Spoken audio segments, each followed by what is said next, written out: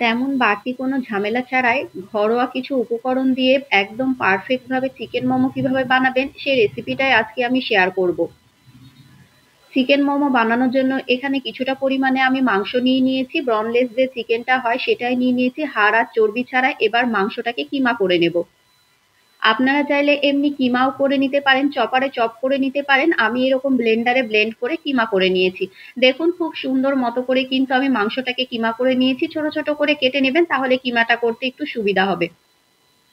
এবার এটার মধ্যে দিয়ে দেব একটা ছোট সাইজের পেঁয়াজ। পেঁয়াজটাকে ডুমো ডুমো করে কেটে নিতে হবে। আমি ডুমো ডুমো করে ছোট ছোট পাতলা করে কেটে নিয়েছি।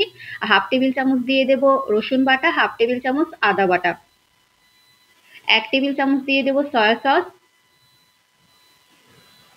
টেস্ট অনুযায়ী দিয়ে দেব লবণ। লবণের পরিমাণটা একটু কম রাখবেন, যেহেতু সয়া সস দিচ্ছেন, সয়া সসে কিন্তু এমনি লবণ থাকে।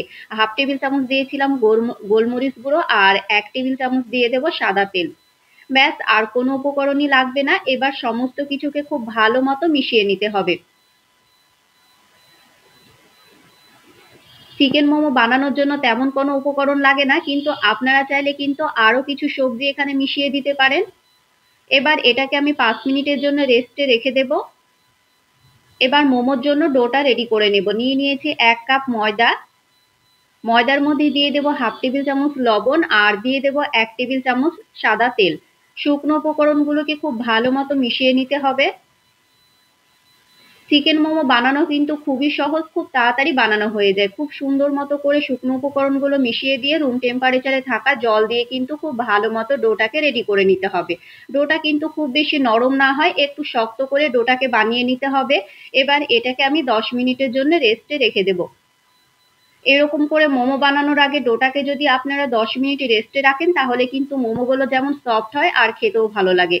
এই তো এরকম গোলাকার করে আমি 10 মিনিটের জন্য রেখে দিয়েছি। এবার আমার মোমোগুলো বানিয়ে নেওয়ার পালা। 10 মিনিট পর আমি চলে এসেছি। খুব সুন্দর মতো করে আমার ময়দাটা সেট হয়ে গেছে, দুটো ভাগে ভাগ করে নিলাম। এবার আপনারা চাইলে ছোট ছোট লেচি করেও আপনারা মোমোর সিটটা বানিয়ে নিতে পারেন। আমি একসঙ্গে রুটির মতো বড় করে বেলে নিয়ে কিন্তু মোমোর সিটটা রেডি করে নিয়েছিলাম। এভাবে আমার সুবিধা মনে হয়, সে কারণে আমি একদম বড় মতো করে একটা পাতলা রুটি বানিয়ে নিয়েছিলাম।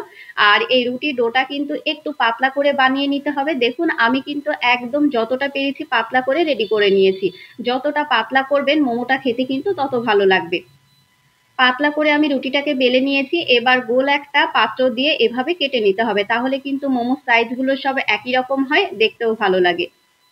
এটা শুধু দেখার সৌন্দর্যের জন্য। আপনারা চাইলে ছোট ছোট লেচি করেও কিন্তু কেটে নিতে পারেন। খুব সুন্দর মতো করে দেখুন আমি মোমো সিটগুলো কিন্তু রেডি করে নিয়েছিলাম। এই তো সমস্ত সিটগুলো আমি রেডি করে নিয়েছি।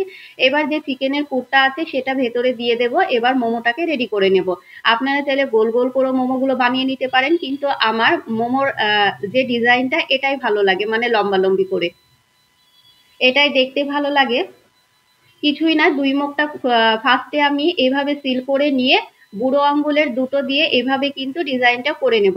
তেমন কোনো ঝামেলা মনে হয় না, খুব সুন্দর মতো করে কিন্তু মোমোর এই ডিজাইনটা রেডি হয়ে যায়, আর এটা বানানো খুবই সহজ।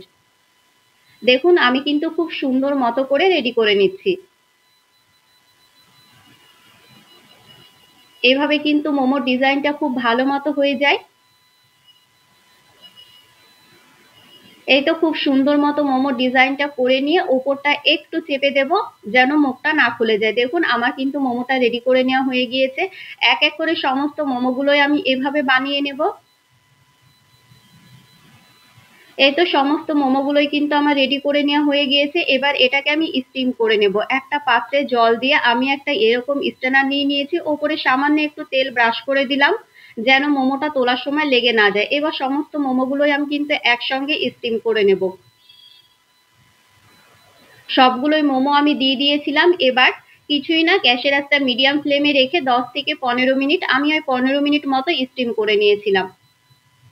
15 মিনিট পর এই তো মোমোগুলো কিন্তু আমার রেডি করে নেওয়া হয়ে গিয়েছে। খুব সুন্দর মতো করে স্টিম করে নিয়েছি।